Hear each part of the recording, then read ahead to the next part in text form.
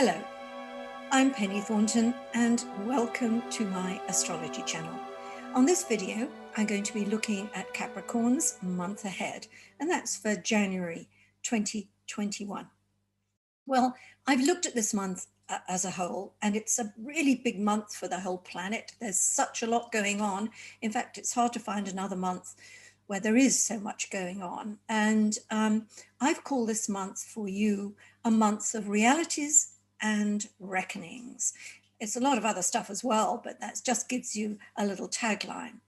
So I'm going to bring the chart up because, I like to look at something, keeps me on target. It shows me what I'm meant to be talking about. And also it's something for you to look at too, so that you get to familiarize yourself with some of the symbols of astrology, because astrology is such a wonderful language. Anyway, let's start at the beginning. And the first thing I want to say, of course, as we look at Capricorn here, with all these planets grouped together here, little sort of straggler coming out here, and of course the moon over here. But basically, when we see a lot of planets clustered together, it gives us that feeling of intensity.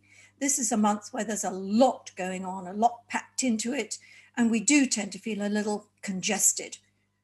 Lots of stuff. But the sun being in your sign is just like the sun, in the sense when we look at it, that big, bright object in the sky that gives us warmth and light and energy. That's what happens when the sun is in your sign. You have the benefit of the sun's warmth and vitality.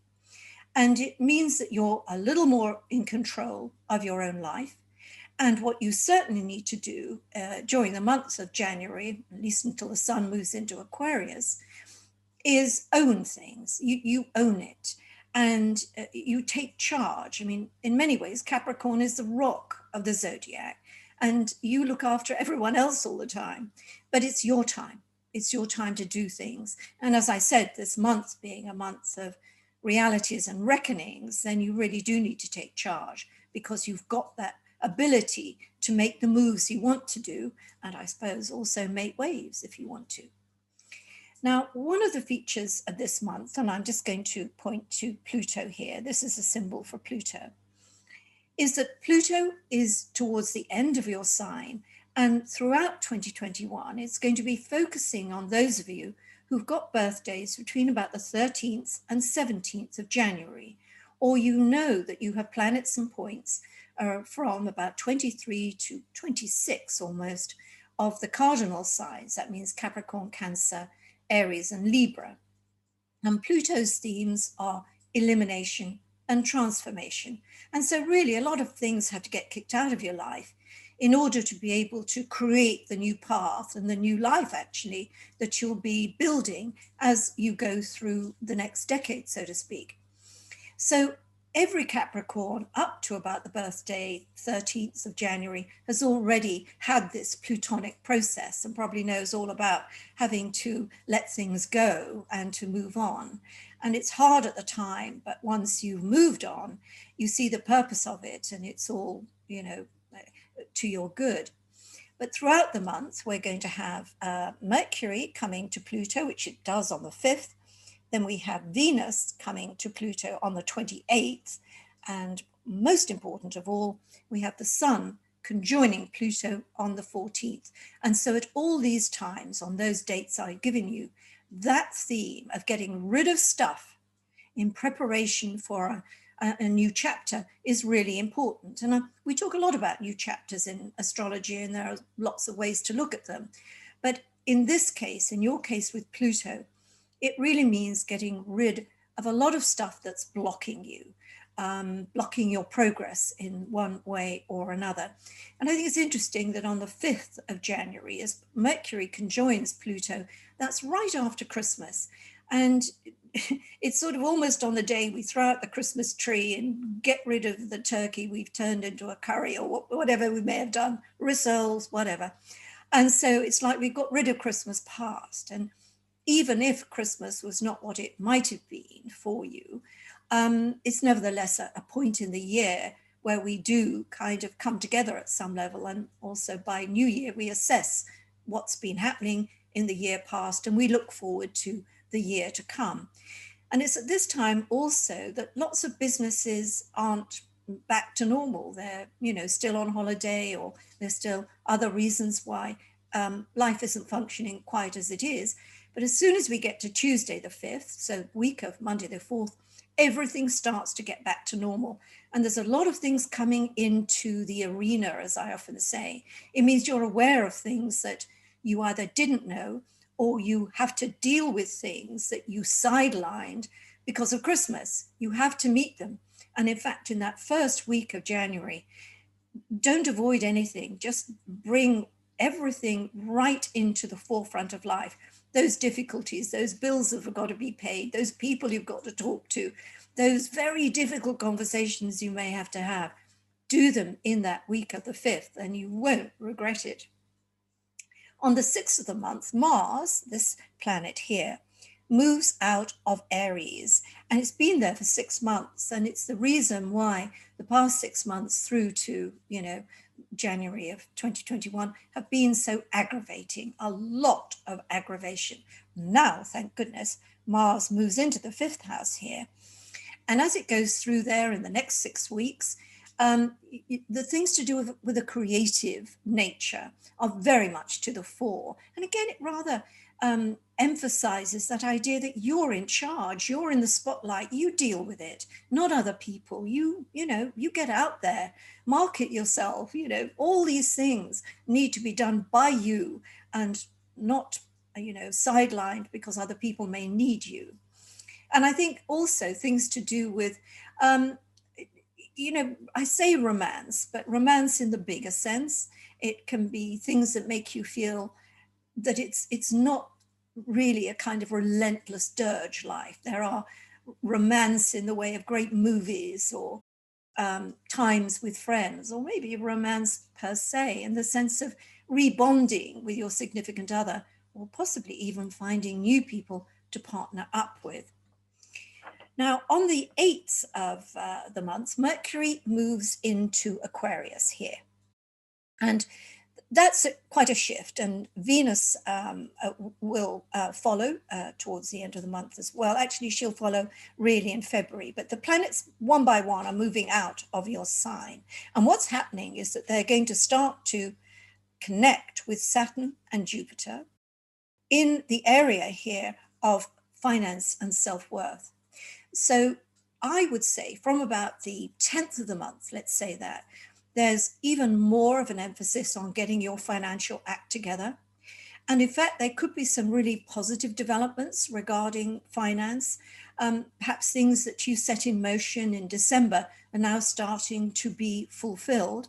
But certainly, I think by the time the Sun hooks up to Saturn, and this is around the 13th of the month, 13th, 14th of the month, you really want to have a financial reckoning. Remember, I called this month the months of realities and reckonings, and it's about the 13th that we really, really do see that.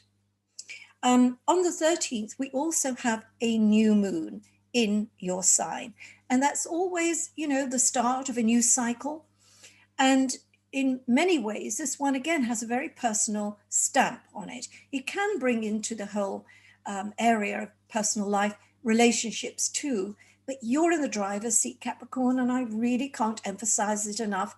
Even if you feel that's not the case and you're waiting on other people for answers and you need to have the government do this, that, and the other, or whatever it is, you have more power than you think. And as I often say, don't think too much about the great big picture. You think about what needs to be done immediately. Think about what you can manage and not what things might develop into. Just deal with your reality. Remember, keep saying this is a month of realities and reckonings. Jupiter, this beautiful planet here in the 2nd house, is going to come in very handy during 2021 because it is going to help you make a lot more money, and it is going to help you manage your money better. And that if you have anything in mind, like the sale of a property or the purchase of a property or going into investing, whatever you have, and I would say business as well. Jupiter's very good in this role and this place for things of an enterprising nature. So when Jupiter hooks up to Uranus, as it will do here, there could be really a surprise development linked to money. Maybe some money comes in that you weren't expecting, or you get an offer that you weren't expecting.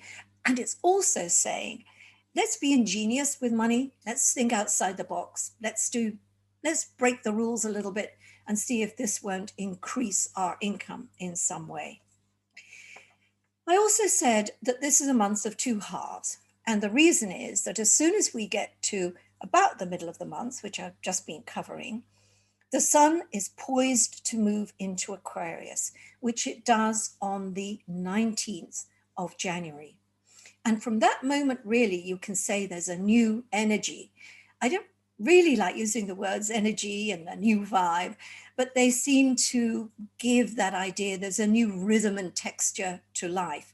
And if in the first half of the month you've been performing a massive cleanup exercise, getting rid of stuff you don't need and getting really prepared for the year ahead, by the time we get to the 19th of January, it's all starting to kick off in a very new way. And of course, on the 20th of January, Joe Biden is inaugurated as the 46th president of the United States. And that's very interesting because on the same day as the sun has just gone into Aquarius, Mars here in Taurus now has conjoined Uranus.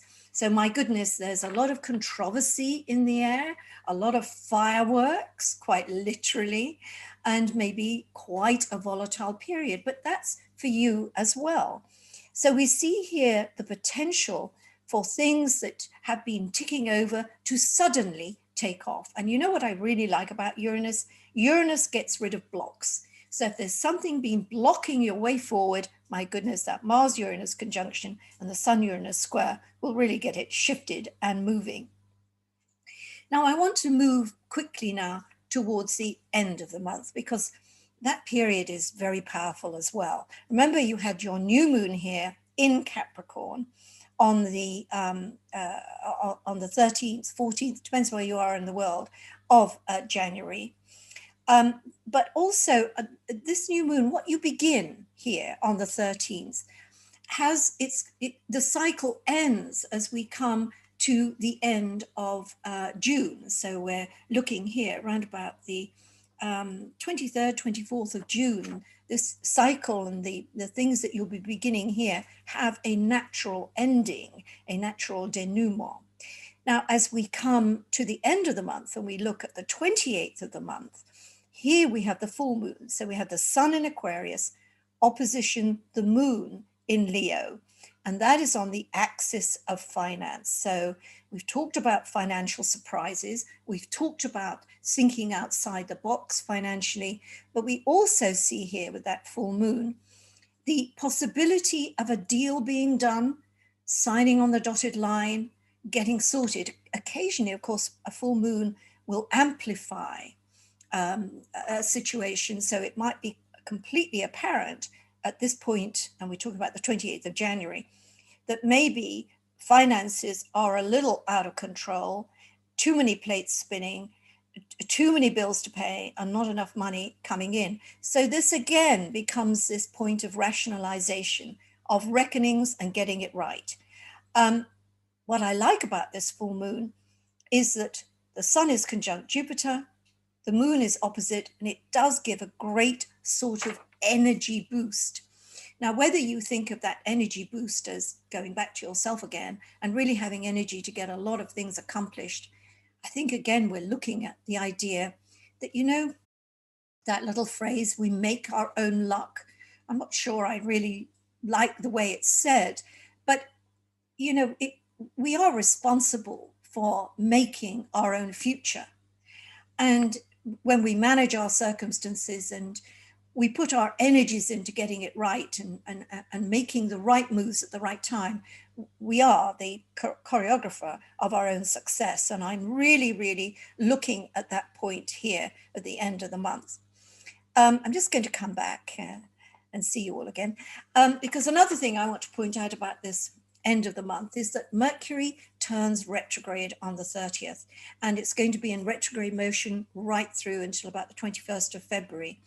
So I think it's really important to see, if not in the early part of the month, certainly by the middle of the month, you start getting your ducks in a row with all the correspondence, all the taxes that have to be done, all the finances need to be kind of wrapped up. And it really is an important financial month for you, as you can see.